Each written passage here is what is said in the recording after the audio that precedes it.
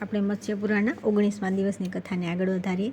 વરાન અને દરેક શુક્લ પક્ષની તૃતીયા તિથિએ એક બ્રાહ્મણ દંપતીને તેમનામાં શિવ પાર્વતીની કલ્પના કરીને ભોજન કરાવીને તેમની વસ્ત્ર, પુષ્પમાળા અને ચંદનથી ભક્તિપૂર્વક અર્ચના કરવી તથા પુરુષને 2 પીતાંબર તથા સ્ત્રીને 2 પીળી સાડીઓ આપી પછી બ્રાહ્મણી સ્ત્રીને નિષ્પાપ જીરું, નમક, શેરડી, ગોળ, ફળ અને ફૂલ વગેરે સૌભાગ્યાષ્ટક આપીને અને પુરુષને સોનાનું બનાવેલું કમળ આપીને આ પ્રમાણે પ્રાર્થના કરી, દેવી, જે પ્રમાણે દેવાધિદેવ ભગવાન મહાદેવ તમને છોડીને જતા નથી તે જ પ્રમાણે મારા પણ પતિદેવ મને છોડીને અન્યત્ર ન જાય. ફરી કુમુદા, વિમલા, અનતા, ભવાની, સુધા, શિવ, લલિતા, કમલા, ગૌરી, સતી, રંભા અને પાર્વતી દેવીના આ નામોનું ઉચ્ચારણ કરીને પ્રાર્થના કરે કે આપ ક્રમશઃ ભાદ્રપદ વગેરે મહિનાઓમાં પ્રસન્ન થાઓ. વ્રતની સમાપ્તિમાં સોનાના કમળ સહિત શૈયા દાન કરવું અને 24 અથવા 12 દંપતીઓની પૂજા કરે.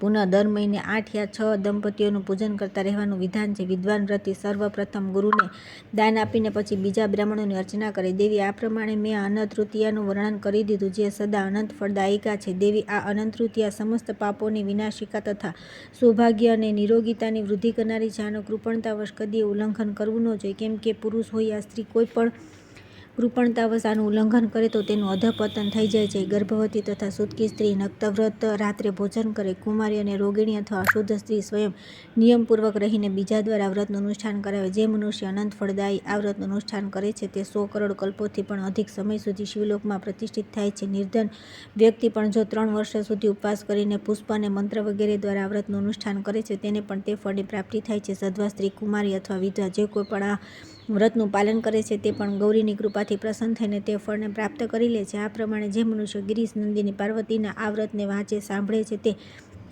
ઇન્દ્રલોકમાં વાસ કરે છે તથા આનું અનુષ્ઠાન કરવા માટે સંમતિ આપે છે તે પણ દેવતાઓ, દેવાંગનાઓ અને કિન્નરો દ્વારા પૂજિત થાય છે.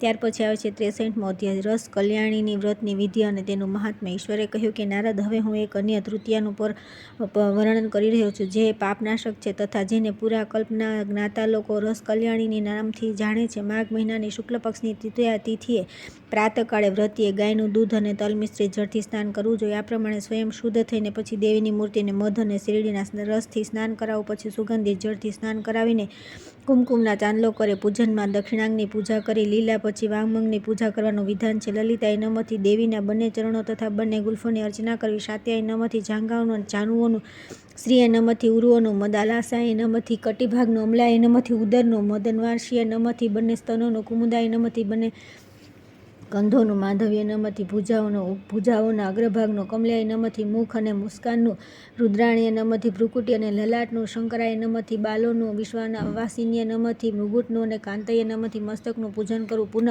પૂજનનો બીજો ક્રમ બતલાવું છું. મદનાએ નમથી લલાટની, મોહનાએ નમથી બંને ભ્રુકુટી અને ચંદ્રધારણાએ નમથી બંને નેત્રોની, તૃષ્ટિએ નમથી મુખની, ઉત્કંઠીએ નમથી કંઠની, અમૃતાએ નમથી બંને સ્તનોની, રંભાએ નમથી ડાબી કુક્ષીની, વિશિકાએ નમથી કટિભાગની, મન્મથાધીશને નમથી હૃદયની, પાટલાએ નમથી ઉદરની, સુરતવાસિનીએ નમથી કટિપ્રદેશની, ચંપકપ્રિયાએ નમથી ઉરુઓની, ગૌરીએ નમથી જાંઘોની, ગાત્રીએ નમથી ઘૂંટણો, ધરાધરાએ નમથી બંને ચરણોની અને વૈશ્વકાએ નમથી મસ્તકની પૂજા કરીને ભવાનીએ નમઃ, કામિનીએ નમઃ, કામદેવીએ નમઃ, જગતપ્રિયાએ નમઃ કહીને ચરણોમાં પ્રણામ કરવા જોઈએ. આ પ્રમાણે વિધિવિધાન સાથે દેવીની પૂજા કરીને એકદ્વિત દંપતીનું પણ પૂજન કરવું જોઈએ. તે પ્રમાણે વ્રતી અહંકાર રહિત થઈને અર્થાત વિનમ્રતાપૂર્વક તેમને મધુર અન્ન અને જળનું ભોજન કરાવીને 2 શ્વેત વસ્ત્ર અને સ્વર્ણ નિર્મિત કમળ સહિત જળથી પૂર્ણ ઘડો આપીને ફરી ચંદન અને પુષ્પમાળાથી તેમની અર્ચના કરે તથા આ પ્રમાણે કહે કે આ વ્રતથી કુમુદા દેવી પ્રસન્ન થાવ. આમ કહીને તે દિવસે લવણ વ્રત કરવું અર્થાત મીઠું ન ખાવું. આ જ પ્રમાણે દર મહિને દેવીની અર્ચના કરવી જોઈએ. વ્રતીએ માઘ માસમાં અને ફાલ્ગુનમાં ગોળ ન ખાવો, ચૈત્રમાં તેલ અને પીળા સરસવ તથા વૈશાખમાં મધ ન ખાવું, જ્યેષ્ઠ માસમાં પાનક એક પ્રકારનું પીણું યા તાંબુલ, અષાઢમાં જીરું, શ્રાવણમાં દૂધ અને ભાદ્રપદમાં દહીં ન ખાવું. આ જ પ્રમાણે આસોમાં ઘી અને કાર્તિકમાં મધ વર્જિત છે. માર્ગશીર્ષમાં ધાણા અને પોષમાં સાકર વર્જિત છે. આ પ્રમાણે આ મહિનાઓમાં ક્રમથી દરેક માસમાં વ્રતની સમાપ્તિના સમયે સાયંકાળે ઉપરયુક્ત પદાર્થોથી ભરેલો એક કરવો પ્રણા પાત્ર સહિત બ્રાહ્મણોને દાન કરે. આ જ પ્રમાણે શ્વેત રંગના લાડુ, ગોજિયા એક પકવાન, પૂરી, ઘેવર, માલપુઆ, મંડક એક પ્રકારનું પિષ્ટક, દૂધ, શાક, દહીં મિશ્રિત ભોજરી, ઈંડરી એક પ્રકારની ગોટલી અને સેવાઓ આ પદાર્થનું માઘ વગેરે માસ ક્રમથી કરવાની.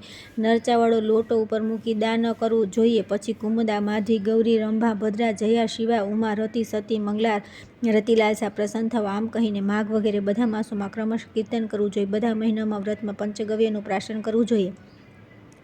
આ બધા વ્રતોમાં ઉપવાસ કરવાનું વિધાન છે. જો ઉપવાસ કરવામાં અસમર્થ હોય તો રાત્રે એકવાર તારાઓ દેખાય પછી ભોજન કરી શકાય. વર્ષના અંતમાં ફરી માઘ માસ આવતા ગૌરીની એક સોનાની મૂર્તિ બનાવડાવી, જે અંગૂઠા જેટલી લાંબી હોય, તેને 4 ભુજાઓ અને લલાટમાં ચંદ્રમાંથી યુક્ત હોય, તેને પંચરત્નોથી વિભૂષિત અને 2 વસ્ત્રોથી આચ્છાદિત કરી દેવી. પછી કરવામાં ખાંડ ભરીને તેની ઉપર તે મૂર્તિને સ્થાપિત કરીને રુદ્રાક્ષની માળા અને કમંડળ સહિત બ્રાહ્મણને દાન કરી દેવી. તે જ પ્રમાણે ગાયના જોડાને, જેમનો રંગ શ્વેત અને મુખ સુવર્ણથી મઢેલું હોય, જે શ્વેત વસ્ત્રથી આચ્છાદિત હોય, અને અન્ય વસ્ત્ર અને પાત્ર સહિત દાન કરીને ભવાની પ્રસન્ન થાવ, આમ કહીને પ્રાર્થના કરવી જોઈએ. જે મનુષ્ય આ વિધિ પ્રમાણે રસ કલ્યાણીની વ્રતનું અનુષ્ઠાન કરે છે, તે તુરત જ સર્વ પાપોથી મુક્ત થઈ જાય છે અને 9 અબજ 1000 વર્ષ સુધી કષ્ટમાં પડતો નથી. ગૌરી આ પ્રમાણે જે મનુષ્ય પ્રત્યેક માસમાં સુવર્ણ નિર્મિત કમળનું દાન કરે છે, તે હજારો અગ્નિષ્ટોમ યજ્ઞોના ફળને પ્રાપ્ત કરી લે છે. વરાન અને સધવા સ્ત્રી, કુમારી અથવા વિધવા સ્ત્રી કોઈ પણ આ વ્રત કરે છે તો તેને પણ આ ફળ મળે છે. સાથે સાથે સૌભાગ્ય તથા આરોગ્ય સંપન્ન થઈને ગૌરીલોકમાં પૂજિત થાય છે.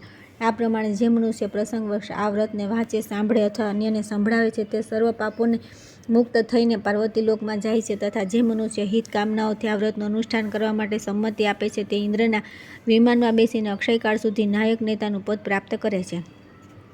ત્યાર પછી આવે છે 64મો અધ્યાય, આદ્રાનંદ કરી તૃતીયા વ્રતની વિધિ અને તેનું મહાત્મ્ય. ઈશ્વરે કહ્યું કે નારદ, તે જ પ્રમાણે હવે હું એક બીજી પાપનાશીની તૃતીયાનું વર્ણન કરું છું, જે સંસારમાં આર્દ્રનંદકરી નામે વિખ્યાત છે. આની વિધિ આ છે: જ્યારે શુક્લ પક્ષની તૃતીયાએ પૂર્વસાઢા અને ઉત્તરસાઢા રોહિણી, મૃગશિરા, હસ્ત અથવા મૂળ નક્ષત્ર હોય તે સમયે દર્ભ અને ચંદન મિશ્રિત જળથી સારી રીતે સ્નાન કરવું જોઈએ. પછી શ્વેત વસ્ત્ર ધારણ કરી ચંદનનો અનુલેપ કરવો. ત્યાર પછી મહાદેવ સહિત દિવ્ય આસન પર બિરાજમાન ભવનાની સોનાની મૂર્તિની શ્વેત પુષ્પો અને સુગંધિત પદાર્થો દ્વારા ભક્તિપૂર્વક અર્ચના કરવી. પૂજનની વિધિ આ પ્રમાણે છે: વસુદેવ્ય નમઃ, શંકરાય નમઃથી ગૌરી શંકરના બંને ચરણોનું, શોક વિનાશાય નમઃ આનંદાય નમઃથી બંને જંઘોનું, રંભાય નમઃ શિવાય નમઃથી બંને ઉરુનું, આદિત્ય નમઃ શૂલપાણ્ય નમઃથી કમરનું, માધવ્ય નમઃ ભવાય નમઃથી નાભિનું, અંધકારણ્ય નમઃ ઇન્દુધારિણે નમઃથી બંને સ્તનોનું, ઉત્કંઠ્ય નમઃથી નીલકંઠાય નમઃથી કંઠનું, ઉત્પલધારિણ્ય નમઃ રુદ્રાય નમઃથી બંને હાથોનું, પરિભીણ્ય નમઃ ત્રિશુલાય નમઃથી બંને ભુજાનું, વિલાસિન્ય નમઃ વૃષેશાય નમઃથી મુખનું, સ્મરેલીલાય નમઃ વૃષવક્ત્રાય નમઃથી મુસ્કાનનું, મદનવાસિન્ય નમઃ વિશ્વાધામને નમઃથી બંને નેત્રોનું, નૃત્યપ્રિયાય નમઃ તાંડવેશાય નમઃ થી બંને ભ્રુકુટીઓનું, ઇન્દ્રાયણાય નમઃ હવ્યહવાય નમઃથી લલાટનું તથા સ્વાહાય નમઃ ગંધધારાય નમઃથી મુગટનું પૂજન કરે. ત્યાર પછી વિશ્વ જેમનું શરીર છે, જે વિશ્વના મુખ, પાદ અને હસ્ત સ્વરૂપ તથા મંગલકારક છે, જેમના મુખ પર પ્રસન્નતા છલકાતી રહે છે, તે પાર્વતી અને પરમેશ્વરની હું વંદના કરું છું. આમ કહીને તેમના ચરણોમાં ઢળી પડવું. આ પ્રમાણે વિધિ અનુસાર પૂજન કરી પુનઃ શિવ પાર્વતીના અગ્રભાગમાં જુદા જુદા અંગોથી કમળોનો આકાર બનાવો. સાથે સાથે શંખ, ચક્ર, સ્વસ્તિ, અંકુશ અને ચામરના ચિત્રો પણ બનાવવા. આમ કરતાં જ્યાં જમીન પર જેટલા રજકણ પડે છે, તે હજારો વર્ષો સુધી વ્રતી શિવલોકમાં પ્રતિષ્ઠિત થાય છે. પુનઃ પોતાની શક્તિ અનુસાર સુવર્ણ સહિત ઘીથી ભરેલા 4 પાત્ર અને જળ ભરેલા કરવા, બ્રાહ્મણને દાન કરે. આ પ્રમાણે 4 માસ સુધી દરેક શુક્લ પક્ષની તૃતીયાએ કરવું જોઈએ. ત્યાર પછી 4 માસ સુધી પહેલાંની જેમ કરવા પર સુતુથી પૂર્ણ 4 પાત્ર મૂકીને, ત્યાર પછી 4 માસ સુધી કરવા પર તલભરને પર 4 પાત્ર મૂકીને દાન કરે. વ્રતીએ માર્ગશીર્ષ પર વગેરે મહિનાઓમાં ક્રમશઃ ગંધોદક, પુષ્પવારી, ચંદનમિશ્રિત જળ, કુમકુમયુક્ત જળ, દહીં, દૂધ, ગુષ્વોદક, ગાયના સિંગનો સ્પર્શ કરાવેલું જળ, પિષ્ટોદક, પીઠીયુક્ત જળ, કુષ્ઠ ગંધકના ચૂર્ણથી યુક્ત જળ, ખસ મિશ્રિત જળ, વનચૂર્ણથી યુક્ત જળ, તલ મિશ્રિત જળનું ભક્ષણ કરીને રાત્રે શયન કરવું. આ પ્રમાણે પ્રાશન દરેક માસમાં બંને પક્ષોમાં કરવાનું વિધાન છે. બધા મહિનામાં પૂજનમાં શ્વેત પુષ્પ સદા શ્રેષ્ઠ મનાય છે. બધા માસોમાં દાન સમયે આ મંત્ર બોલવો જોઈએ: ગિરિ ગૌરી નિત્ય મારા પર પ્રસન્ન રહે, મંગલા મારા પાપોનો વિનાશ કરે, લલિતા મને સૌભાગ્ય પ્રદાન કરે અને ભવાની મને સર્વસિદ્ધિઓ પ્રદાન કરે. આ પ્રમાણે વર્ષના અંતમાં સુવર્ણ નિર્મિત કમલ સહિત નમક ગોળથી ભરેલો ઘટ સજી, એક પ્રકારનો ક્ષાર ચંદન, આંખોને ઢાંકવા માટે વસ્ત્ર, શેરડી અને નાના પ્રકારના ફળો સહિત સુવર્ણ નિર્મિત ઉમા અને મહેશ્વરની મૂર્તિ સપત્નીક બ્રાહ્મણને દાન કરે. તે ઉપરાંત રૂનું ગાદલું, 4 ચાદર, તકિયા સાથે સુંદર શય્યાનું પણ દાન કરે. દાન કર્યા પછી તેમને આ પ્રમાણે પ્રાર્થના કરે કે ગૌરી દેવી મારા પર પ્રસન્ન થાવ. આ આદ્રનંદકરી નામક સનાતની તૃતીયા છે, જેના વ્રતોપવાસ કરીને મનુષ્ય તે સ્થાનને પ્રાપ્ત થાય છે જે શિવજીનું પરમપદ કહેવાય છે. તે આલોકમાં ધન સંપત્તિ, દીર્ઘાયુ અને નિર્ગતા રૂપી સંપત્તિથી યુક્ત થઈને સુખો ભોગ કરે છે. તેને કોઈ શોકનો પ્રસંગ પ્રાપ્ત થતો નથી. જો સધવા સ્ત્રી, કુમારી અથવા વિધવા આ વ્રતનું અનુષ્ઠાન કરે છે, તો તે પણ દેવની કૃપાથી સુંદર થઈને તે જ ફળને પ્રાપ્ત થાય છે. આ જ પ્રમાણે મંત્ર અને અર્ચા વિધિનો જ્ઞાતા મનુષ્ય પ્રત્યેક પક્ષમાં આ વ્રતનું અનુષ્ઠાન કરીને રુદ્રાણીના તે લોકમાં જાય છે જ્યાંથી પુનરાગમન થતું નથી. જે મનુષ્ય આ વ્રતને રોજ સાંભળે કે સંભળાવે છે તે 3 યુગ સુધી ઇન્દ્રલોકમાં ગંધર્વો દ્વારા પૂજાય છે. જે સ્ત્રી સધવા કે વિધવા સંપૂર્ણ અનિષ્ટકાર આનંદદાયીની તૃતીયાનું અનુષ્ઠાન કરે છે તે પતિ સહિત પોતાના ઘરમાં અનેક પ્રકારના સુખોનો અનુભવ કરીને પુનઃ ગૌરીલોકમાં જાય છે.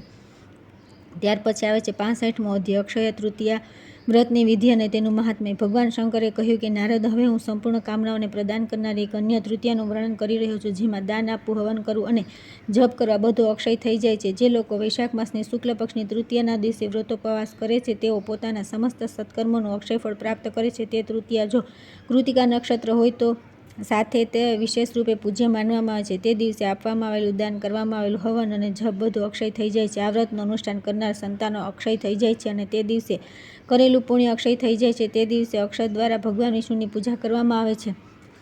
તેથી એના અક્ષય તૃતીયા કહે છે. મનુષ્ય આ દિવસે અક્ષતયુક્ત જળથી સ્નાન કરીને ભગવાન વિષ્ણુની મૂર્તિને અક્ષત ચડાવીને અક્ષતની સાથે જ શુદ્ધ સતુ બ્રાહ્મણોને દાન આપીને સ્વયં પણ તેનું જ ભોજન કરે. મહાભાગ આ પ્રમાણે અક્ષત ફળનો ભાગી થઈ જાય છે. ઉપરોક્ત વિધિ અનુસાર એક પણ તૃતીયાનું વ્રત કરનાર મનુષ્ય આ બધા તૃતીયા તિથિ ઉપવાસ કરીને ભગવાન જનાર્દનનું સારી રીતે પૂજન કરે છે. તે રાજસુ યજ્ઞનું ફળ પ્રાપ્ત કરીને અંતમાં શ્રેષ્ઠ ગતિને પ્રાપ્ત થાય છે. ત્યાર પછી આવે છે 66મો અધ્યાય સારસ્વત વ્રતની વિધિ અને તેનું મહાત્મ્ય. મુનિએ પૂછ્યું કે મધુસૂદન, કયા વ્રતનું અનુષ્ઠાન કરવાથી મનુષ્યને મધુરવાણી, જનતામાં શ્રેષ્ઠ સૌભાગ્ય, ઉત્તમ બુદ્ધિ, વિદ્યાઓમાં નિપુણતા, પતિ પત્નીમાં એકતા, બાંધવો સાથે પ્રેમ અને દીર્ઘાયુ પ્રાપ્ત થઈ શકે છે? માધવ, આવું વ્રત મને કહો. મત્સ્ય ભગવાને કહ્યું કે રાજન, તમે તો બહુ ઉત્તમ પ્રશ્ન પૂછ્યો. સારું, સાંભળો. હવે હું તે સારસ્વત વ્રતનું વર્ણન કરી રહ્યો છું, જેની માત્ર ચર્ચા કરવાથી આ લોકમાં સરસ્વતી દેવી પ્રસન્ન થઈ જાય છે. જે પુરુષ મારો ભક્ત હોય તેણે પંચમીના દિવસે આ શ્રેષ્ઠ વ્રતનું અનુષ્ઠાન આરંભ કરવું જોઈએ. વ્રતના આરંભમાં બ્રાહ્મણોના પૂજનનું વિધાન છે. અથવા રવિવારના દિવસે જ્યારે ગ્રહ અને તારા અનુકૂળ હોય ત્યારે બ્રાહ્મણો દ્વારા સ્વસ્તિ વાચન કરાવીને તે બ્રાહ્મણોને ખીરનું ભોજન કરાવવું અને પોતાની શક્તિ પ્રમાણે સુવર્ણ સહિત સફેદ વસ્ત્રનું દાન કરવું. પછી શ્વેત પુષ્પમાળા અને ચંદન વગેરે ઉપકરણો દ્વારા ભક્તિપૂર્વક ગાયત્રી દેવીની પૂજા કરીને આ પ્રમાણે પ્રાર્થના કરવી કે દેવી, જેમ બ્રહ્મલોકમાં ભગવાન પિતામહ આપને છોડીને બીજી ક્યાંય રોકાતા નથી, તેવું જ વરદાન મને પણ આપો. દેવી, જેમ વેદ, સંપૂર્ણ શાસ્ત્ર તથા નૃત્ય, ગીત વગેરે જેટલી કળાઓ છે તે બધી આપના વિના રહી શકતી નથી, તે જ પ્રકારની સિદ્ધિઓ મને પણ પ્રાપ્ત થાય. સરસ્વતી, આપ પોતાની લક્ષ્મી, મેઘા, ધરા, પુષ્ટિ, ગૌરી, તુષ્ટિ, પ્રભા અને મતિ આ 8 પ્રકાર મર્ત્ય દ્વારા મારી રક્ષા કરો. આ પ્રમાણે ધર્મજ્ઞ પુરુષે વીણા, રુદ્રાક્ષ માળા, કમંડળ અને પુસ્તક ધારણ કરનારી ગાયત્રી દેવીની શ્વેત પુષ્પ, અક્ષત વગેરેથી ભક્તિપૂર્વક પૂજા કરીને સવાર સાંજ મૌન ધારણ કરીને ભોજન કરવું તથા દરેક પક્ષની પંચમી તિથિએ બ્રહ્મવાસીની વેદ વિદ્યાની અધિષ્ઠાત્રીનું પૂજન કરીને ઘીથી ભરેલા પાત્ર સહિત 1 શેર ચોખા, દૂધ અને સુવર્ણનું દાન કરવું અને કહે, ગાયત્રી દેવી, મારા પર પ્રસન્ન થાઓ. આ કાર્ય સાયંકાળે મૌનપૂર્વક કરવું જોઈએ. 13 મહિના સુધી અને સાયંકાળની વચ્ચે ભોજન કરવું નહીં. વ્રત સમાપ્ત થયા પછી પહેલા બ્રાહ્મણોને 2 વસ્ત્રો સહિત ભોજન પદાર્થનું દાન કરીને પછી પોતે માત્ર ભાતનું ભોજન કરવું. પછી દેવીના નિમિત્તે ચંદરવો, ઘંટ, 2 શ્વેત નેત્ર, દુધાળુ ગાય, ચંદન, 2 વસ્ત્ર અને મસ્તકનું કોઈ આભૂષણ દાન કરવું જોઈએ. ત્યારબાદ ઉપદેશક અથવા કર્મ કરાવનાર ગુરુનું પણ કૃપણતા છોડીને વસ્ત્ર, પુષ્પમાળા, ચંદન વગેરેથી સારી રીતે પૂજન કરવું. જે મનુષ્ય આ પ્રમાણે સારસ્વત વ્રત કરે છે તે વિદ્યાસંપન્ન, ધનવાન અને મધુરભાષી થઈ જાય છે. સાથે સાથે સરસ્વતીની કૃપાથી તે બ્રહ્મલોકમાં પ્રતિષ્ઠિત થાય છે. અથવા રાજન, જો કોઈ સ્ત્રી આ વ્રતનું અનુષ્ઠાન કરે તો તેને પણ તેવું જ ફળ પ્રાપ્ત થાય છે. જે મનુષ્ય આ સારસ્વત વ્રતનો પાઠ અથવા શ્રવણ કરે છે તે પણ 30 કલ્પો સુધી વિદ્યાધરોમાં લોકમાં નિવાસ કરે છે. ત્યાર પછી આવે છે 67મો અધ્યાય સૂર્ય ચંદ્ર ગ્રહણના સમયે સ્નાનની વિધિ અને તેનું મહાત્મ્ય. મનુએ પૂછ્યું કે દ્રવ્ય અને મંત્રોની વિધિઓના પૂર્ણ વિદવદ ભગવાન સૂર્ય તથા ચંદ્રગ્રહણના સમયે સ્નાનની જેવી વિધિ બતાવવામાં આવી છે તે હું સાંભળવા ઈચ્છું છું. મત્સ્ય ભગવાને કહ્યું કે જે મનુષ્યની રાશિ પર ગ્રહણનો પ્રભાવ પડે છે તેના માટે મંત્ર અને ઔષધના વિધાનપૂર્વક સ્નાન બતાવલાવી રહ્યું છે. એવા મનુષ્ય ચંદ્રગ્રહણના અવસર પર 4 બ્રાહ્મણો દ્વારા સ્વસ્તિ વાચન કરાવીને શ્વેત પુષ્પ અને ચંદન વગેરેથી તેમની પૂજા કરી ગ્રહણ શરૂ થાય તે પહેલાં જ ઔષધ વગેરે એકત્ર કરી લેવા. પછી 4 કળશોની તેમનામાં સમુદ્રની ભાવના કરી સ્થાપના કરવી. પછી તે કળશોમાં સપ્તમૃત્તિકા, હાથીસાર, ઘૂંટશાલ, વાલ્મીક, નદીઓનો સંગમ, સરોવર, ગૌશાળા અને રાજદ્વારથી માટી લાવીને તે કળશોમાં નાખવી. પછી તે કળશોમાં પંચગવ્ય, શુદ્ધ મુક્તાફળ, ગોરોચન, કમળ, શંખ, પંચરત્ન, સ્ફટિક, શ્વેત, ચંદન, તીર્થનું જળ, સરસવ, રાજદંત, કુમુદ, ખસ, ગુગળ આ બધું નાખીને તે કળશો પર દેવતાઓનું આહ્વાન કરવું. આહ્વાનનો મંત્ર આ છે: યજમાનના પાપને નષ્ટ કરનારા બધા સમુદ્ર, નદીઓ, નદ અને જળ તીર્થો અહીં પધારે. પછી પ્રાર્થના કરવી: જે દેવતાઓના સ્વામી છે તથા જેમના 1000 નેત્ર છે તે વજ્રધારી ઇન્દ્રદેવ મારી ગ્રહણજન્ય પીડાને દૂર કરે. જે સમસ્ત દેવતાઓના મુખ સ્વરૂપ 7 જ્વાળાઓથી યુક્ત અને અપાર તેજસ્વી છે, તેઓ અગ્નિદેવ ચંદ્રગ્રહણથી ઉત્પન્ન મારી પીડાનો વિનાશ કરે. જે સમસ્ત પ્રાણીઓના સાક્ષી છે તથા મહિષ જેમનું વાહન છે, તે ધર્મ સ્વરૂપ યમ ચંદ્રગ્રહણથી થયેલી મારી પીડાને દૂર કરે. જે રાક્ષસોના અધીશ્વર સાક્ષાત પ્રલયાગ્નિ સમાન ભયાનક ખડગધારી અને અત્યંત ભયંકર છે, તે નિવૃત્તિ ગ્રહણજન્ય પીડાને દૂર કરે. જે નાગપાશ ધારણ કરવાવાળા છે તથા મગરનું જેમ વાહન છે, જે જળાધીશ્વર સાક્ષાત વરુણદેવ મારી ચંદ્રગ્રહણ જનિત પીડાને નષ્ટ કરે. પ્રાણરૂપે પ્રાણી માત્રની રક્ષા કરે છે. કૃષ્ણમૃગ જેમનું પ્રિય વાહન છે, તે વાયુદેવ મારી ચંદ્રગ્રહણથી ઉત્પન્ન થયેલી પીડાને વિનાશ કરે. જે નિધિઓના સ્વામી તથા ખડગ, ત્રિશૂળ અને ગદા ધારણ કરવાવાળા છે, તે કુબેરદેવ ચંદ્રગ્રહણથી ઉત્પન્ન થનારા મારા પાપને નષ્ટ કરે. જેમનું લલાટ ચંદ્રમાંથી સુશોભિત છે, વૃષભ જેમનું વાહન છે, જેઓ પિનાક, ધનુષ અને ત્રિશૂળ ધારણ કરે છે, તે દેવાધિદેવ શંકર મારી ચંદ્રગ્રહણજન્ય પીડાનો વિનાશ કરે. બ્રહ્મા, વિષ્ણુ અને સૂર્ય સહિત ત્રિલોકમાં જેટલા સ્થાવર જંગમ પ્રાણી છે, તે બધા મારા ચંદ્રગ્રહણજન્ય પાપને ભસ્મ કરે. આ પ્રમાણે દેવતાઓને આમંત્રિત કરીને વ્રતિ, ઋગ્વેદ, યજુર્વેદ અને સામવેદના મંત્રોના ધ્વનિ સાથે સાથે તે ઉપકરણયુક્ત ક્લેશોના જળથી સ્વયં અભિષેક કરે. પછી શ્વેત પુષ્પની માળા, ચંદન, વસ્ત્ર અને ગોદાન દ્વારા તે બ્રાહ્મણોની તથા ઇષ્ટ દેવતાઓની પૂજા કરે. ત્યાર પછી તે દ્વિજવર તેજ મંત્રોને વસ્ત્ર પર યા કમળદળ પર અંકિત કરે. પછી પંચરત્નથી યુક્ત કરવાને યજમાનના મસ્તક પર રાખી દેવો. તે સમયે યજમાન પૂર્વાભિમુખ થઈને પોતાના ઇષ્ટદેવની પૂજા કરીને તેમને નમસ્કાર કરીને ગ્રહણકાળને વ્યતીત કરે. ચંદ્રગ્રહણ નિવૃત્ત થઈ ગયા પછી માંગલિક કાર્ય કરીને ગોદાન કરે અને તે મંત્ર દ્વારા અંકિત વસ્ત્રને બ્રાહ્મણને દાન કરી દેવું. જે મનુષ્ય ઉપરયુક્ત વિધિ અનુસાર ગ્રહણનું સ્નાન કરે છે, તેને ન તો ગ્રહણજન્ય પીડા થાય છે અને ન તેના બંધુજનોનો વિનાશ પણ થાય છે, બલકે તેને પુનરાગમન રહિત પરમ સિદ્ધિ પ્રાપ્ત થઈ જાય છે. સૂર્યગ્રહણમાં મંત્રોમાં સદા સૂર્યના નામનું ઉચ્ચારણ કરવું જોઈએ. આ સિવાય ચંદ્રગ્રહણ અને સૂર્યગ્રહણ બંને અવસરો પર સૂર્યના નિમિત્તે પદ્મરાગમણી અને નિશાપતિ ચંદ્રના નિમિત્તે એક સુંદર કપિલા ગાયનું દાન કરવાનું વિધાન છે. જે મનુષ્ય આ ગ્રહણ સ્નાનની વિધિને સાંભળે છે અથવા બીજાને સંભળાવે છે, તે સંપૂર્ણ પાપોથી મુક્ત થઈને ઇન્દ્રલોકમાં પ્રતિષ્ઠિત થાય છે. ત્યાર પછી આવે છે 68મો અધ્યાય, સપ્તમી સંપન્ન વ્રતની વિધિ અને તેનું મહાત્મ્ય. નારદજી કહે છે કે પ્રભુ, કોઈ આકસ્મિક અને ત્વરિત કષ્ટ પ્રાપ્ત થતાં તેની નિવૃત્તિને માટે તથા અદ્ભુત શાંતિને માટે કયું વ્રત કરવું જોઈએ? કયા વ્રતના અનુષ્ઠાનથી દરિદ્રતા દૂર કરી શકાય છે તથા તેના બાળકો પેદા થઈને મરી જાય તે મૃત વત્સા સ્ત્રીના સ્નાન વગેરે કાર્યોમાં શાંતિને માટે કયા વ્રતનું વિધાન છે? ભગવાને કહ્યું કે તપોધન પૂર્વજન્મના પાપ આ જન્મમાં રોગ, દુર્ગતિ તથા સ્વજનોના મૃત્યુરૂપે ફળ આપે છે. તેમના વિનાશ માટે હું સદા કલ્યાણકારી સપ્તમી સ્નપક નામનું વ્રતનું વર્ણન કરી રહ્યો છું. આ વ્રત લોકની પીડા દૂર કરનારું છે. જ્યાં દૂધમુખ બાળકો, વૃદ્ધો, આતુરો અને નવયુવકો આકસ્મિક મૃત્યુ થાય છે, ત્યાં તેની શાંતિ માટે આ મૃત વત્સાભિષેક બતાવી રહ્યો છું. આ સઘળા અદ્ભુત નામક ઉત્પાતો ઉદ્વેગો અને ચિત્તભ્રમને પણ દૂર કરે છે.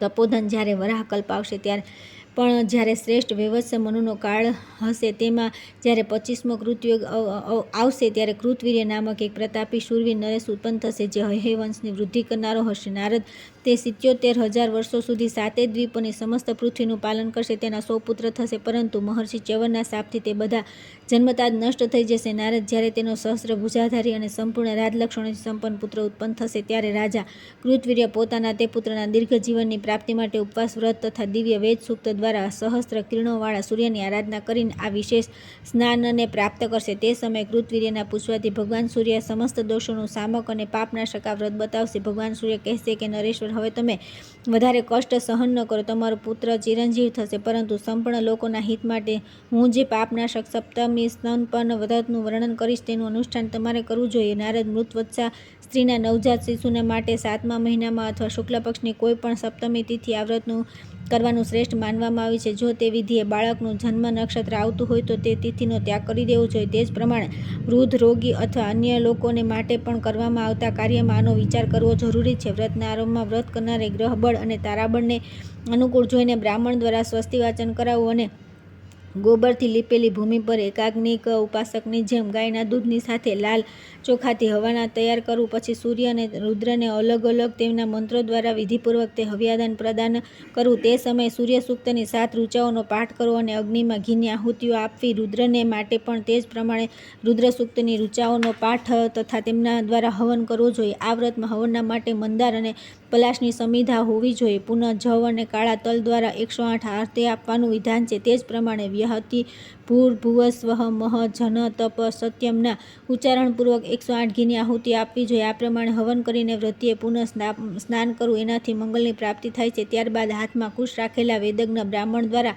વેદીના ચારે કોણમાં 4 સુંદર કળશ સ્થાપિત કરાવો. ત્યારબાદ તેની વચ્ચે 5મો કળશ સ્થાપિત કરો. તેને દહીં અક્ષતથી વિભૂષિત કરીને સૂર્ય સંબંધી 7 ઋચાઓથી અભિમંત્રિત કરી દેવો. પછી તેમાં તીર્થજળ ભરીને તેમાં રત્ન યા સુવર્ણ નાખવું. આ જ પ્રમાણે બધા કળશોમાં 100 વર્ષથી અધિક પંચગવ્ય, પંચરત્ન, ફળ અને પુષ્પ નાખીને તેમને વસ્ત્ર વીંટાળી દેવું. પછી હાથીસર, ઘુડસાર, રાફડો, નદીના સંગમ, તળાવ, ગૌશાળા અને રાજદ્વારથી શુદ્ધ માટી લાવીને તે બધા કળશોમાં છોડી દેવા. ત્યાર પછી કાર્ય કરતા બ્રાહ્મણ રત્નગર્ભિત ચારે કળશોના મધ્યમાં સ્થિત 5મા કળશને હાથમાં લઈને સૂર્યમંત્રનો પાઠ કરે તથા 7 એવી સ્ત્રીઓ જે કોઈ અંગથી હીન ન હોય, જેમની યથાશક્તિ પુષ્પમાળા, વસ્ત્ર તથા આભૂષણો દ્વારા પૂજા કરી હોય, તેમના દ્વારા બ્રાહ્મણોની સાથે સાથે તે ઘડાની જળ મૃત વત્સા સ્ત્રીનો અભિષેક કરો. અભિષેક કરતા આ પ્રમાણે કહે: આ બાળક દીર્ઘાયુ અને સ્ત્રી જીવતપુત્રા થાય. સૂર્ય, ગ્રહો અને નક્ષત્રો સહિત ચંદ્રમા, ઇન્દ્ર સહિત લોકપાલો, બ્રહ્મા, વિષ્ણુ, મહેશ્વર, આમના સિવાય અન્ય જે દેવતા છે તે બધા આ કુમારની સદા રક્ષા કરે. સૂર્ય, શનિ, અગ્નિ તથા બીજા કોઈ બાલગ્રહ હોય તે બધા આ બાળક તથા તેની માતા પિતાને ક્યાંય કષ્ટ ન પહોંચાડે. અભિષેક પછી તે સ્ત્રી શ્વેત વસ્ત્ર પહેરીને પોતાના બાળક અને પતિ સાથે તે 7 સ્ત્રીઓની ભક્તિપૂર્વક પૂજા કરે. પુનઃ ગુરુની પૂજા કરીને ધર્મરાજની સોનાની પ્રતિમાને તાંબાના પાત્રમાં સ્થાપિત કરીને ગુરુને આપી દે. તે જ પ્રમાણે કૃપણતા છોડીને અન્ય બ્રાહ્મણોને પણ વસ્ત્ર, સુવર્ણ, રત્નો વગેરેથી પૂજન કરીને તેમને ઘી અને ખીર સહિત સુંદર પદાર્થોનું ભોજન કરાવે. ભોજન બાદ ગુરુદેવે આ મંત્ર બોલવો જોઈએ: આ બાળક દીર્ઘાયુ થાય અને 100 વર્ષ સુધી સુખનો ભોગ કરે. તેનું જે કંઈ પાપ હોય તેને વડવાનલમાં નાખી દેવામાં આવ્યું. બ્રહ્મા, રુદ્ર, વસુઓ, સ્કંદ, વિષ્ણુ, ઇન્દ્ર અને અગ્નિ, આ બધો દુષ્ટ ગ્રહોથી આની રક્ષા કરો અને આના માટે વરદાયક થાઓ. આ પ્રકારના આશીર્વાદ આપનાર ગુરુદેવનું યજમાને પૂજન કરવું જોઈએ. પોતાની શક્તિ પ્રમાણે તેમને એક કપિલા ગાય આપવી. પછી પ્રણામ કરીને વિદાય કરે. ત્યાર પછી મૃતવત્સા સ્ત્રી પુત્રને ખોળામાં લઈ સૂર્યદેવને અને ભગવાન શંકરને નમસ્કાર કરે અને હવનમાં બચેલા હવ્યાને સૂર્યદેવને નમસ્કાર કરીને ખાઈ લે. આ જ વ્રત આશ્ચર્યજનક, ઉદ્વિગ્નતા અને દુઃસ્વપ્ન વગેરેમાં પણ શ્રેષ્ઠ માનવામાં આવ્યું છે. આ પ્રમાણે કરતાના જન્મ નક્ષત્રને છોડીને શાંતિ પ્રાપ્તિ માટે શુક્લ પક્ષની 7મી તિથિમાં સદા સૂર્ય અને શંકરનું પૂજન કરવું જોઈએ. આ વ્રતનું અનુષ્ઠાન કરે છે તે દીર્ઘાયુ થાય છે. આ વ્રતના પ્રભાવથી કૃતવીરે 10,000 વર્ષો સુધી આ પૃથ્વી પર શાસન કર્યું હતું. દ્વિજ શ્રેષ્ઠ, આ પ્રમાણે સૂર્યદેવ આ પુણ્યપ્રદ, પરમ પાવન અને આયુર્વર્ધક સપ્તમી સ્નપન વ્રતનું વિધાન કહીને ત્યાં જ અંતર્ધ્યાન થઈ ગયા. આ પ્રમાણે મેં આ સપ્તમી સ્નપન વ્રતનું જે સર્વશ્રેષ્ઠ, સમસ્ત દોષોને શાંત કરનારું અને બાળકો માટે પરમ હિતકારક છે, પૂરેપૂરું વર્ણન કરી દીધું. મનુષ્યને સૂર્યથી નિરોગતા, અગ્નિથી ધન, ઈશ્વરથી જ્ઞાન અને ભગવાન જનાર્દનથી મોક્ષની અભિલાષા કરવી જોઈએ. આ વ્રત મોટા મોટા પાપોનું વિનાશક, બાળ વૃદ્ધિકારક તથા પરમ હિતકારી છે. જે મનુષ્ય એકાગ્રચિત્તે આ વ્રત વિધાનને સાંભળે છે તેને પણ સિદ્ધિ પ્રાપ્ત થાય છે એવું મુનિઓનું કથન છે.